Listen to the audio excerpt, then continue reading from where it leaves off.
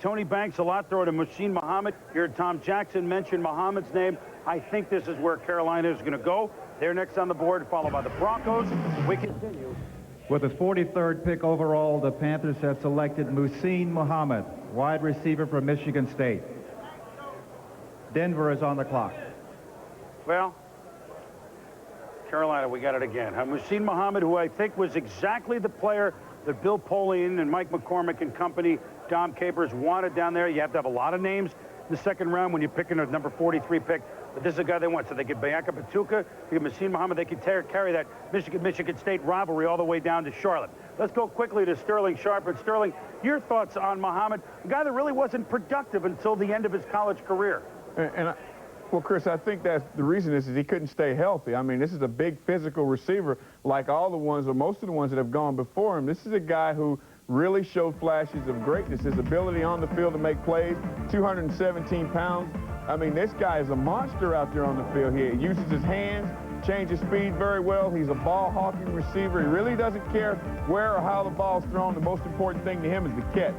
If he can stay healthy, I think he and Kerry Collins should do very well down in Carolina. I think being an imposing receiver, a la Jerry Rice in that division out there out west, I think he's going to be a guy that they can put on the move. They can get him to do things like the reverse right here. And, I mean, when he turns the corner to hit it, he hits it. And he doesn't mind blocking, doesn't mind sticking his nose in there. There was a great opportunity for him right there to go out of bounds, but he's really trying to put his team in a situation to get to 6. I think the only reason this pick was made is because of his size and his strength. That's the reason why. I think with Bobby Ingram out there, being from South Carolina right down in that area would have been a much better pick because he and Kerry Collins know each other. Bobby Ingram being from that area, putting up the kind of numbers this guy put up in college, it's hard to believe that he slid this far. Chris, I don't understand it. Well, you would add up Collins and Ingram, but I do know that Carolina wanted him, must be for the size. But they are, as we go to Tom Jackson down at Carolina headquarters, pushing the envelope offensively. I just want to get on the record and say this, and I think, Tommy, you agree with me. What we are watching, and we had the privilege of doing the expansion draft, so we saw Carolina be built from player one. And when we are watching what they did in the expansion draft, what they did in the draft last year, they won 7 games.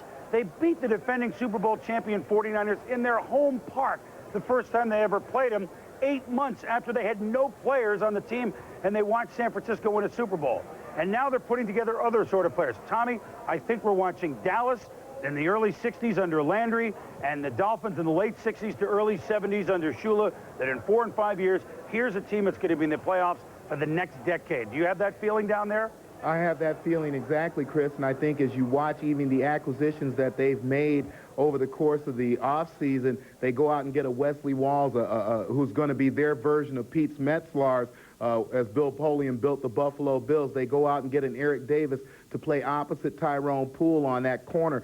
So, and I'm always reminded by Bill Polian that we have to remember this is a team that's only in their 2nd year of development, because you tend to think that this ball club is almost on the verge of being ready to compete for a division title. I believe that the defensive ball side of the ball has to be addressed by the Broncos at least the first 2 rounds of this draft. Then I think they'll go offense and they'll come back on defense. Very simply put, the Denver Broncos last year scored enough points to be in the Super Bowl, but they couldn't stop anybody, and I think we may see them even address the front 7 again. All right, Tommy, told you we forgot about you, but when we got you on, we want to get it going. Let's go up to the podium and see what the Broncos have actually done. With the 44th pick overall, the Denver Broncos have selected Torrey James, defensive back from LSU. Minnesota is on the clock. So Torrey James, the defensive back, goes to Denver, as Tommy suspected, another defensive player. Minnesota, and then does San Francisco get on before we go to ESPN2? That's the suspense.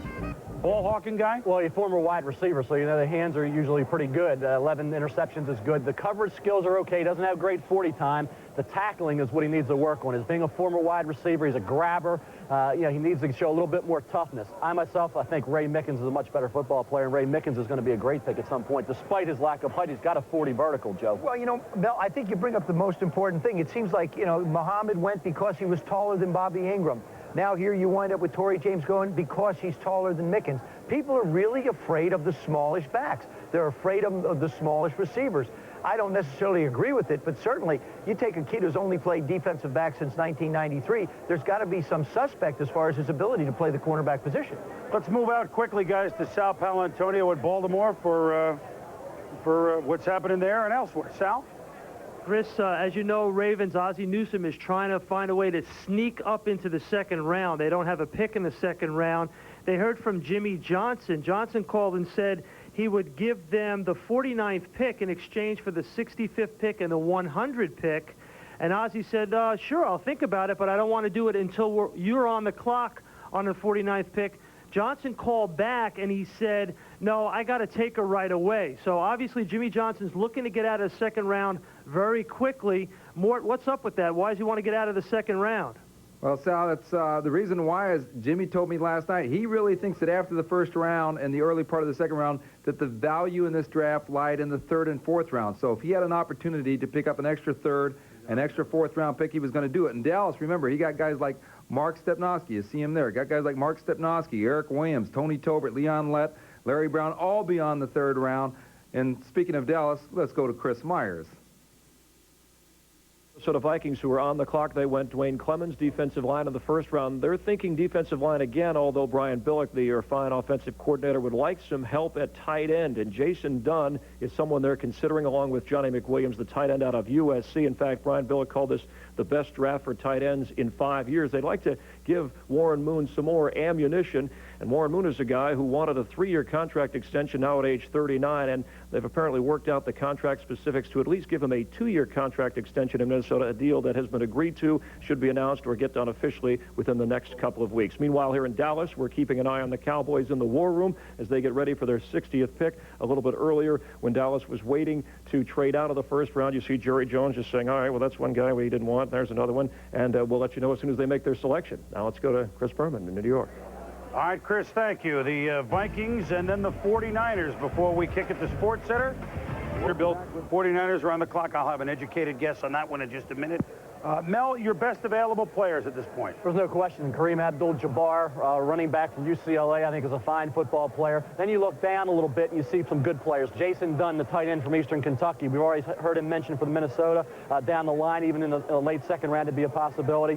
Bobby Ingram, I can't believe he's still there, but it's the size and the lack of great 40 speed. Mickens, the same thing Joe talked about, only being 5'7½", but he's only a half-inch smaller than the kid last year, Tyrone Poole, and he's got a better vertical. So that's going to be a great pick for somebody. Brady Smith led the nation in tackles for loss. It's a fine football player. Had a great East-West game when he dominated Roman Oben. And Chris Dawkins, a guy that has the size and the breakaway speed, needs to become a little bit more well-rounded. Jason Odom had him at the Hula Bowl. Very consistent player. I think he's going to be a great late second-round pick. Brian Dawkins is a headhunter on special teams, has the speed also to play corner as well as play safety. Runyons, a junior, came out early, could play guard or tackle. Now threw Matt Stevens in just because he's a special player. Because of the injury, would have been a top 15 to 20 pick. Now he's going to be a bargain in round 2 or 3, coming back strong from a knee injury.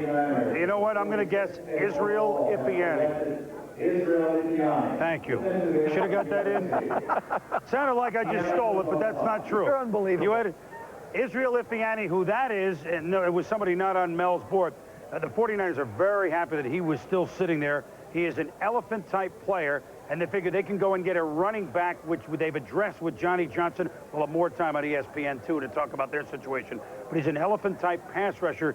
Israel Ifiani. Are you going to give me an educated guess on that one? Who wrap up at least what we've seen thus far, Joe? Well, I think what we've seen thus far is people have filled their needs very well. There hasn't really been any surprises. I like what Tampa Bay has done. Tony Dungy's done a terrific job. Houston made some great deals for themselves. And the Jets, the Jets Jets, have done an excellent job filling what they want as a philosophy. Well, we've seen 7 hours, we've seen fire, and we've seen rain. And we will continue on to the end of the second round and the third round of the ESPN.